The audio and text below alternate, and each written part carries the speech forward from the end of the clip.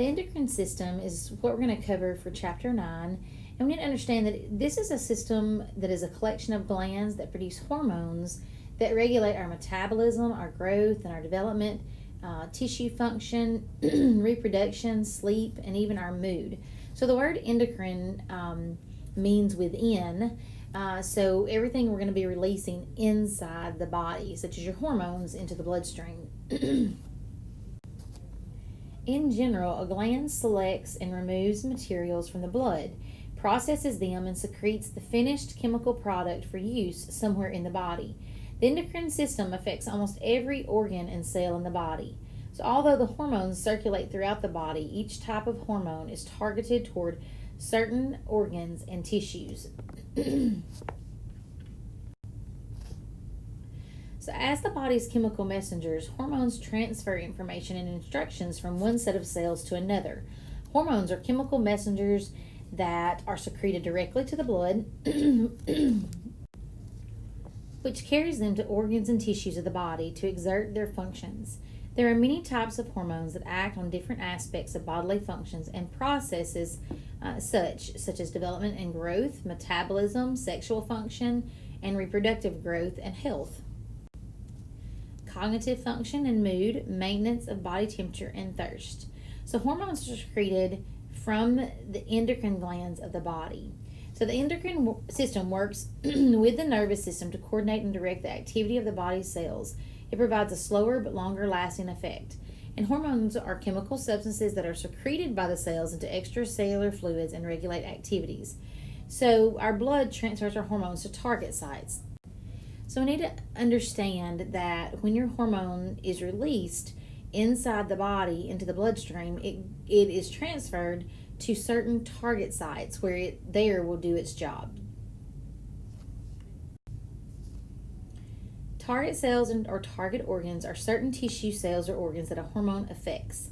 They must have a specific protein receptor for the hormone to bind or have an effect. So hormones target a limited number of cells as they circulate in the bloodstream. The hormone binds to a target cell, and this is where the hormone has its effect. So target cells are capable of responding to hormones because they bear receptors to which the hormone can bind. Receptors are protein molecules to which specific kinds of signaling molecules may attach. So in this way, hormones only affect a limited number of cells, even though they are transported in the bloodstream throughout the body. Nature of hormones. We have non-steroids, steroids, and echinosoids. So non-steroids are composed of amino acids. Steroids are made from cholesterol. And echinosoids are lipid molecules that cause actions in cells but are not considered hormones. We have prostaglandins and leukotrienes.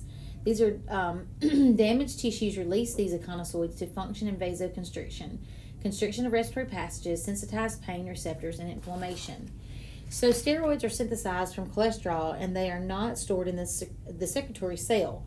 Acts as a hormone, such as estrogen and progesterone, and they help control metabolism, inflammation, immune functions, salt and water balance, development of sexual characteristics, and the ability to withstand illness and injury.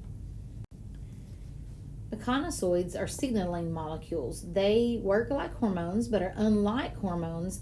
They are not produced in a central location and then transported to target organs like hormones are.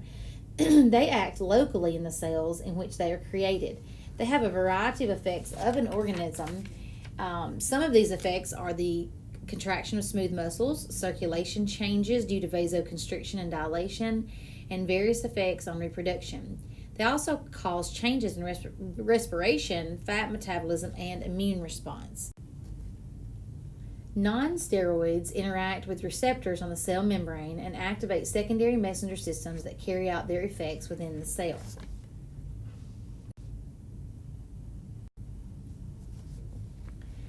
Steroid hormone action is where the hormone diffuses through the plasma membrane of target cells and enters the nucleus. It binds to a receptor within the nucleus, forming a hormone receptor complex. This complex interacts with DNA, beginning transcription of specific genes. Messenger RNA travels to ribosomes where translation takes place. Non-steroid hormone action is where the hormone binds to a membrane receptor, the hormone does not enter the cell, and the binding of the first messenger hormone catalyzes a reaction that produces a second messenger molecule, usually that of cyclic adenosine monophosphate. The second messenger oversees additional intracellular changes to promote a specific response to the hormone. Hormone levels in the blood are maintained by negative feedback. Remember, we discussed negative and positive feedback back in chapter 1. So remember, negative feedback is trying to get you to normal, back to homeostasis as soon as possible. So hormone secretion is triggered by an external or internal stimulus. Then rising hormone levels in the blood will inhibit further hormone release. So the correct concentration of hormones must be maintained because hormones have a very powerful effect on the body. So feedback systems are an ideal means of controlling hormone levels because they involve constant monitoring and making adjustments to keep the hormone levels stable. Negative feedback mechanisms tend to bring conditions within the body back to balance as quickly as possible. It reverses the initiating change in the controlled condition. So again, when your hormones are released and they do their job, well, then your body automatically goes through negative feedback to shut off the secretion of that hormone because it's no longer needed. Now, some disorders that may result, we would have hyposecretion would mean that we would have too little of a hormone, and it would cause a disorder in the body. And we're going to get into that in just a few slides. Hypersecretion of a hormone would be that we had too much of it, and then again, that would cause a different disorder in the body. Endocrine gland stimuli. So this slide is very informative. We need to understand that we know the difference between hormonal, humoral, and neural. Hormonal is when glands are activated by other hormones. Your example would be the pituitary secretes the thyroid-stimulating hormone, which then activates the thyroid gland. So hormonal refers to the release of a hormone in response to another hormone. A number of endocrine glands release hormones when stimulated by hormones, and then released by other glands. So another example is the hypothalamus producing hormones that stimulate the pituitary gland. The pituitary in turn releases hormones that regulate hormones by other endocrine glands, which in turn releases the thyroid stimulating hormone, which then stimulates the thyroid gland to produce hormones in the blood. So it's kind of like the domino effect. One hormone is released, that hormone stimulates another gland, that gland releases another hormone, that hormone stimulates another gland, and the cycle just continues. So in other words, this slide here is going over how and why does our body release hormones when it does. So there's 3 different situations to when hormones are released, and hormonal is one of them. That's when, it's like a domino effect. One hormone activates a gland. I mean, remember, a gland is what releases a hormone. Well, then that hormone will turn around and activate another gland that releases a different type of hormone. So that's the hormonal gland stimuli effect. Secondly, you've got the humoral. This is changing blood levels of certain ions stimulate hormone release. Example would be calcium levels stimulating your parathyroid and your calcitonin. So humoral is when a hormone is released in response to a change in the blood. So an example would be that you ate something really, really high in sugar, let's just say pizza, birthday cake, whatever. You have a rise in your blood glucose levels. Well, that's going to trigger the pancreas organ to release the hormone insulin. Well, then the insulin causes your blood glucose levels to drop and to go down, which then signals the pancreas to stop producing insulin because you don't need it anymore. You don't want your blood sugar to go too low. So this, again, is an example of negative feedback loop as well. But this is the humoral gland stimuli. The neural is when we have nerve impulses stimulating hormone release. Another example would be the nerve impulse stimulating adrenal glands to secrete adrenaline. So in some cases, the nervous system directly stimulates endocrine glands to release hormones. In short-term stress response, the hormones epinephrine and norepinephrine are important for providing the burst of energy required for the body to respond. The neural signaling directly stimulates the adrenal medulla to release the hormones epinephrine and norepinephrine in response to stress. And these are just your glands of the endocrine system. And again, you do not have images on your unit exams, but This image is in your lab exam module, so you would see this on the lab exam. We're going to get into the different glands and the hormones that they release. So we have the pituitary gland. The pituitary gland is also called the master gland of the body.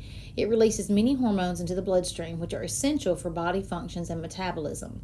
Disorders of the pituitary can produce both hormonal and neurological symptoms. So the pituitary gland has two functional lobes. You have the anterior pituitary, which is the glandular tissue that secretes 6 hormones, and you have the posterior pituitary, that's the nervous tissue, the hypothalamus secreting 2 hormones that are secreted through the posterior pituitary. The anterior pituitary secretes 6 hormones that regulate stress, growth, reproduction, lactation, and several other things. The posterior pituitary secretes hormones such as vasopressin, which is the antidiuretic hormone, and oxytocin, which is a hormone that stimulates contractions during labor, and then the production of milk. Oxytocin is one of the few hormones to create positive feedback loop, where the uterine contractions stimulate the release of oxytocin, which in turn increases your contractions, which in turn releases more oxytocin. If you remember back from chapter 1, childbirth was our example, one of our main examples of positive feedback loop, where it's actually taking you farther from homeostasis, but again, for the baby to be born and then back to homeostasis we go. But that release of a hormone is actually causing your body to go further from homeostasis. So that's an example of positive feedback. And like I said, oxytocin is one of those few hormones that does create that positive feedback loop by making the uterine contractions stimulated, which again releases more oxytocin that just continues the contractions more frequently. Hormones of the anterior pituitary. All are protein-based. They act through second messenger systems and are regulated by hormonal stimuli and negative feedback. So we have the growth hormone. This is the general metabolic hormone. The major effects are growth of skeletal muscles and long bones. We have giantism, which is a hypersecretion during the growing years. Remember me telling you hypersecretion is too much of a hormone, and hyposecretion is not enough of a hormone. Acromegaly, that's a hypersecretion after the growing years. The extremities continue to grow. And then the hypopituitary dwarfism is hyposecretion of the growth hormone, where the individual is unusually small. The growth hormone stimulates growth, cell reproduction, and regeneration. This hormone spurs growth in children and adolescents, also helps regulate body composition, body fluids, muscle and bone growth, sugar and fat metabolism, and possibly heart function can be produced synthetically and is placed in several prescription drugs. So this hormone, or your growth hormone, you'll see it being produced synthetically, and you'll see it in certain drugs, and also you may see things in the news from the past about the growth hormone, your human growth hormone, your HGH, what it was abbreviated as, and putting in performance enhancing drugs because of its effect. Now that's an illegal use, but that is something that you would see in the news about the HGH being used, being misused and used illegally. So the second hormone that we see for the anterior pituitary is prolactin. And prolactin stimulates and maintains milk production following childbirth. So pregnant women have high levels to make breast milk. This level increases during pregnancy and after the baby is born. Prolactin stays high if you're breastfeeding. If not, then the levels return to normal soon after birth. In men and non-pregnant women, research has determined the reason for prolactin in the body is unclear. Third, the adrenocorticotropic hormone, the ACTH, regulates endocrine activity of the adrenal cortex, and then the thyroid is stimulating hormone, influences growth and activity of the thyroid. Now, something to mention about your TSH, your thyroid stimulating hormone. This helps control your body's metabolism. So your TSH causes the thyroid gland to make 2 hormones, your T3 and T4, both of which are needed for normal growth of the brain. A baby whose thyroid gland does not make enough thyroid hormone may be mentally retarded. Next, we have gonadotropic hormones. These regulate hormonal activity of the gonads, and they are released from nerve cells in the brain. It controls the production of luteinizing and follicle-stimulating hormone. And during childbirth, the levels of gonadotropic hormone are extremely low, but as puberty approaches, there's an increase in the gonadotropic releasing hormone, which triggers the onset of sexual maturation and the development of the sexual characteristics. Follicle stimulating hormone, this stimulates the follicle development in the ovaries, and it stimulates sperm development in the testes. So this regulates the function of both ovaries and testes. Lack of it can cause infertility in women. The follicle stimulating hormone stimulates the growth of ovarian follicles in the ovary before the release of an egg at ovulation. And in men, it stimulates sperm production. So during each menstrual cycle, there is a rise in the FSH that stimulates the growth of the ovary. After ovulation, the follicle forms the corpus luteum that produces progesterone. This inhibits the release of the follicle-stimulating hormone, and toward the end of the cycle, the corpus luteum will break down, the progesterone production declines, and the next menstrual cycle begins, when follicle-stimulating hormone begins to start to rise again. In men, the FSH regulates testosterone production. With negative feedback, testosterone levels remain steady. Then you have the luteinizing hormone. This triggers ovulation, causes the ruptured follicle to become the corpus luteum, which is what is left of the follicle after ovulation. The corpus luteum produces progesterone, makes the uterine lining thick, and it only lasts 12 to 14 days unless it receives an HCG from the embryo. And if no embryo, no HCG, then progesterone drops and the uterine lining is shed, which is your menstruation. So the luteinizing hormone is the main hormone that controls the reproductive system, and again, it's all about the surge from the LH causing the ovarian follicle to tear and release a mature egg from the ovary, and that's what our process of ovulation is called. And the luteinizing hormone stimulates the corpus luteum to produce that progesterone, which supports your early stages of pregnancy if fertilization has occurred. The hypothalamus produces two hormones that are transported to the posterior pituitary. So now we've moved on from the hormones of the anterior pituitary, which remember, we get 6 hormones. We just went over all 6 of them from the anterior pituitary, and we get 2 from the posterior pituitary. So we get oxytocin, which stimulates the contractions of the uterus during labor and causes milk ejection. So oxytocin stimulates the uterine muscles to contract and also increases production of prostaglandins, which increase contractions. Remember, this is our rare example of positive feedback. Can be given, also oxytocin can be given to induce labor, and then during breastfeeding, oxytocin promotes the movement of milk into the breast. Oxytocin is present in men, playing a role in sperm movement and production of their testosterone. Then you have the antidiuretic hormone, the ADH. This can inhibit urine production by causing the kidneys to absorb more water. It helps maintain blood pressure by balancing the water.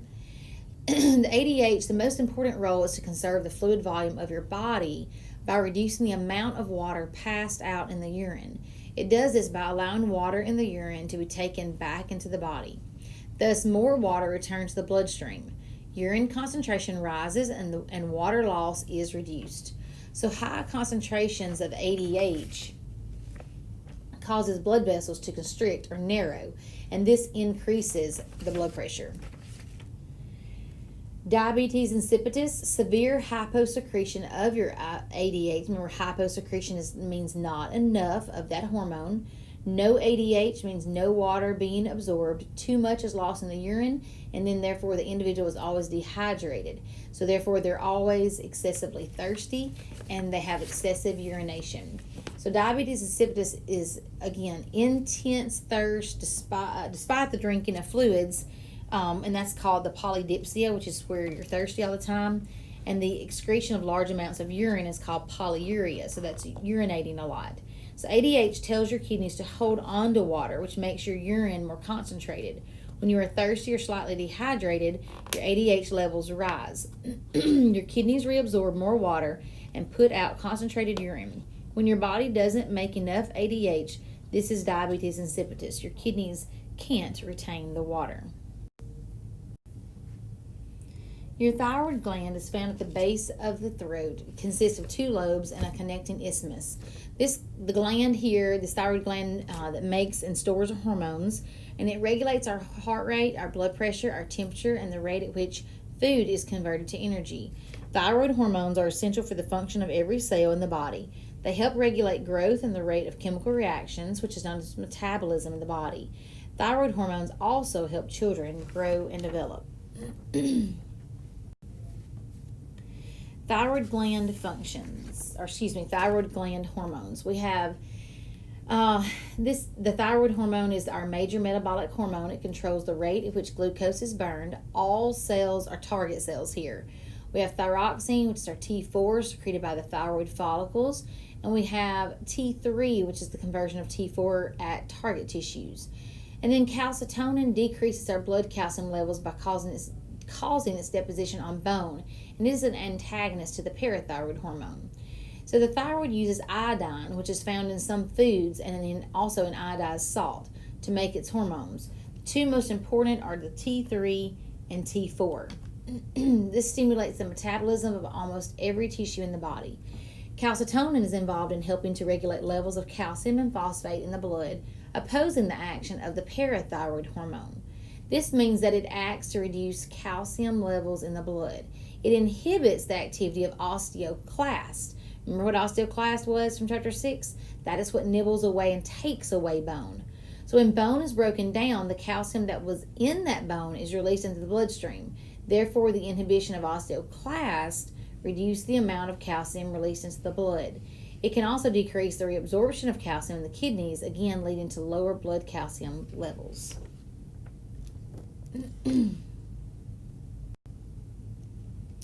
Some disorders that you would see in the thyroid would be a goiter. And a goiter is an enlargement of the thyroid gland that results from a deficiency of iodine. Thyroid stimulating hormone keeps stimulating the thyroid to release the thyroid hormone, but without iodine, it can't be made. So it enlarges and you have the big growth on the neck called a goiter. Myxedema, hypothyroidism. So hypothyroidism, remember, not enough of that hormone with hypo, and then hyper was too much. So hypothyroidism in adults results in physical and mental sluggishness such as fatigue, poor muscle tone, low body temperature, obesity, and dry skin. Graves' disease is a form of hyperthyroidism, so too much of that hormone. So you have a high metabolic rate, rapid heartbeat, weight loss, nervous and agitated behavior, inability to relax, and in Graves' disease, the thyroid gland enlarges and the eyes may even bulge, and that's called exophthalmos. The parathyroid glands, this is tiny masses on the posterior of the thyroid. They secrete the parathyroid hormone, which functions to increase the concentrations of blood calcium by stimulating the osteoclast, stimulating kidneys to absorb more calcium, and inhibiting the osteoblast. So parathyroid glands control the calcium in our body, how much calcium is in our bones and in our blood. Calcium is the most important element in our body. We have 4 parathyroid glands, and calcium does 3 things for our bodies. Provide electrical energy for our nervous system, so provides the means for electrical impulses to travel along our nerves, and this is why the most common symptoms of parathyroid disease is related to the nervous system, such as depression, weakness, tiredness, that type of thing. Secondly, calcium provides electrical energy for our muscular system. So when people's calcium levels are not correct, they feel weak and have muscle cramps. And then third, that provides strength to our skeletal system. So calcium can make bones strong. Bones themselves are storage sites for our calcium, and we are constantly putting calcium into our bones and taking it out. So the parathyroid hormone is secreted from one of the 4 parathyroid glands. It regulates the calcium level in the blood by increasing the levels when they are too low by acting on the kidneys, the bones, and the intestines. So some disorders of the parathyroid glands here. We have hypoparathyroidism and hyperparathyroidism. So hypoparathyroidism is where the blood calcium levels are severely low and impairment of neural and muscular activity can occur. If levels drop too low, they can cause something called tetany, and that's a sustained muscle contraction which could lead to cardiac arrest and sudden death. Hypoparathyroidism is an inadequate parathyroid hormone production.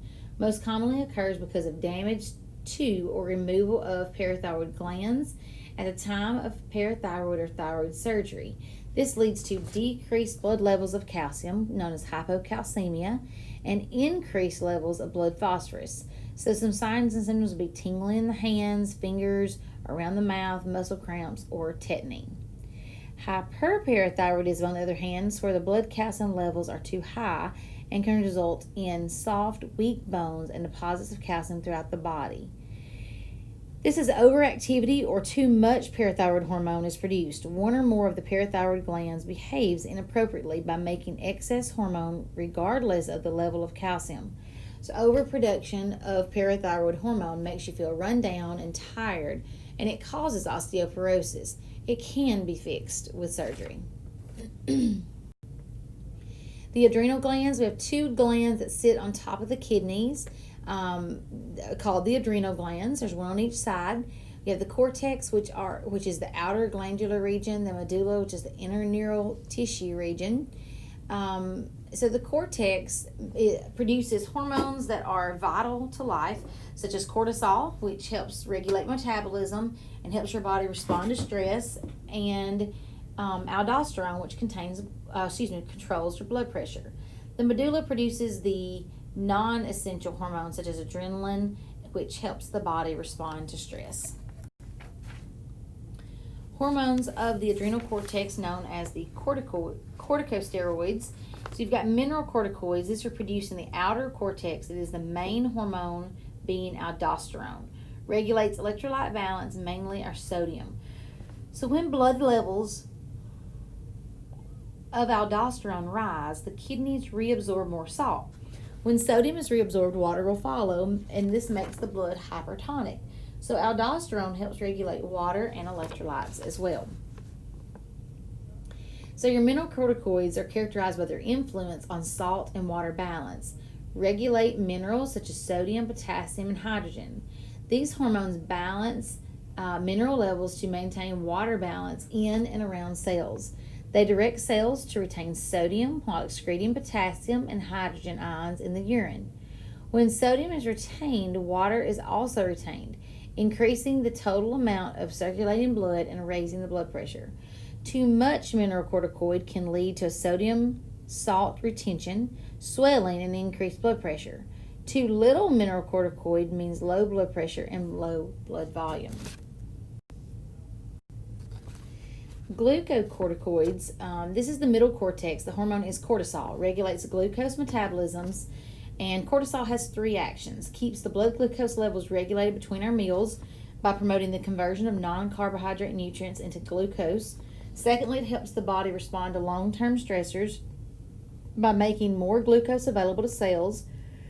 And then third, reduces inflammation but depresses the immune system. So glucocorticoids, named for their role in releasing the sugar glucose, best known for their role in stress relief, and these hormones fly into action to provide the energy needed for combating physical or emotional stress such as fever, illness, injury, or safety threats. Their signals speed up metabolism.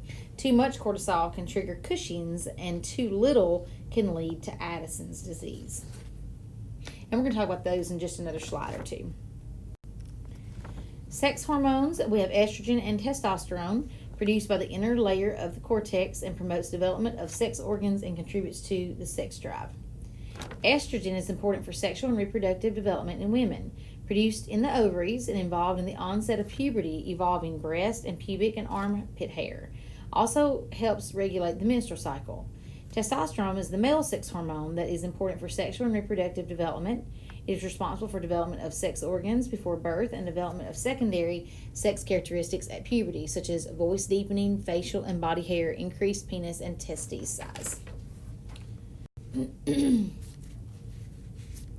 Here's where we get to the homeostatic imbalance of the adrenal cortex. So when we have an imbalance, this is the disorders that result. So one way the body itself keeps in balance, known as homeostasis, is by using hormones to regulate various functions. So when the adrenal glands do not make enough cortisol, Addison's disease results. So Addison's disease is a hyposecretion, so not enough of all adrenal cortex hormones, problems with electrolyte and water balance, and weak muscles. Addison's is rare and it can happen at any age to both men and women, can lead normal lives as long as they take medication. Actually, President JFK had this. And some signs and symptoms would be muscle weakness, fatigue, decreased weight, hyperpigmentation, low blood pressure, a salt craving, irritability, and even depression. Cushing's syndrome is hyperaldosteronism, so too much, that leads to high blood pressure, high blood sugar, protein loss, osteoporosis, a swollen moon face, and the appearance of a buffalo hump on the upper back.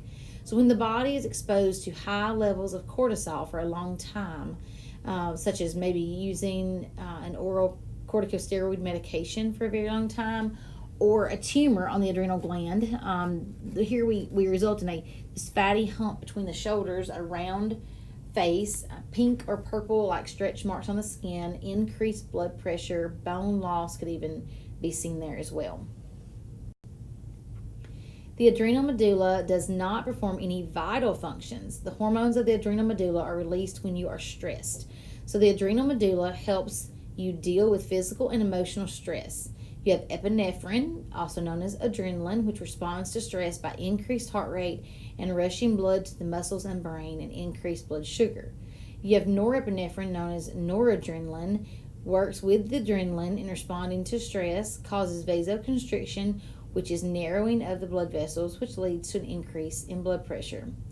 Some effects include decreased blood flow to the viscera and skin, increased blood flow to muscles, lungs, and nervous system, conversion of glycogen to glucose to raise blood sugar, and increase in rate of cellular respiration.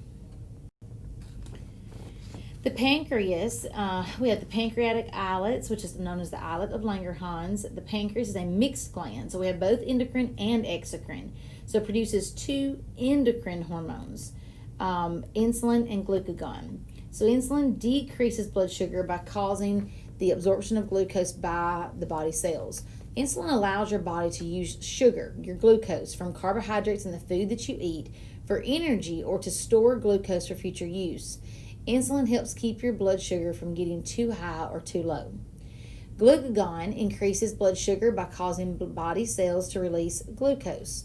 So glucagon has the actual effects are the opposite of the effects induced by insulin. The two, insulin and glucagon, need to work in partnership to keep blood glucose levels balanced. Glucagon is released in response to low blood glucose levels or when the body needs additional glucose, such as vigorous exercise. So this functions to keep our blood glucose levels high enough for the body to function. So these hormones are antagonists that maintain blood sugar homeostasis, and insulin is when insulin is hypoglycemic, so it reduces blood sugar, and glucagon is hyperglycemic, so it increases your blood sugar.